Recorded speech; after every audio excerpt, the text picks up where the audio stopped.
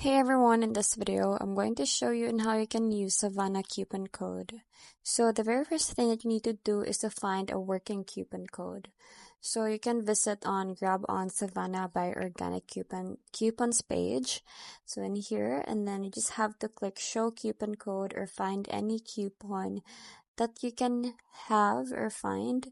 You can also find it on the Reddit. They also share influencers coupon right there. So you can basically just copy any working coupon code from Savana.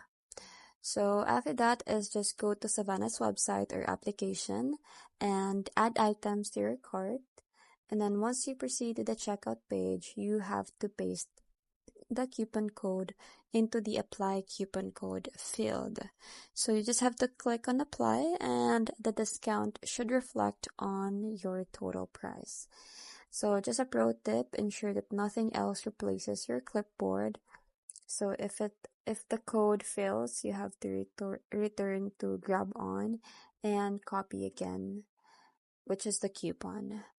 And then some discounts are automatically applied at checkout, like the new users flat 25% off on orders above 500. And if no code field is visible, the discount might be auto-applied. So that's pretty much it. I hope you find this video helpful.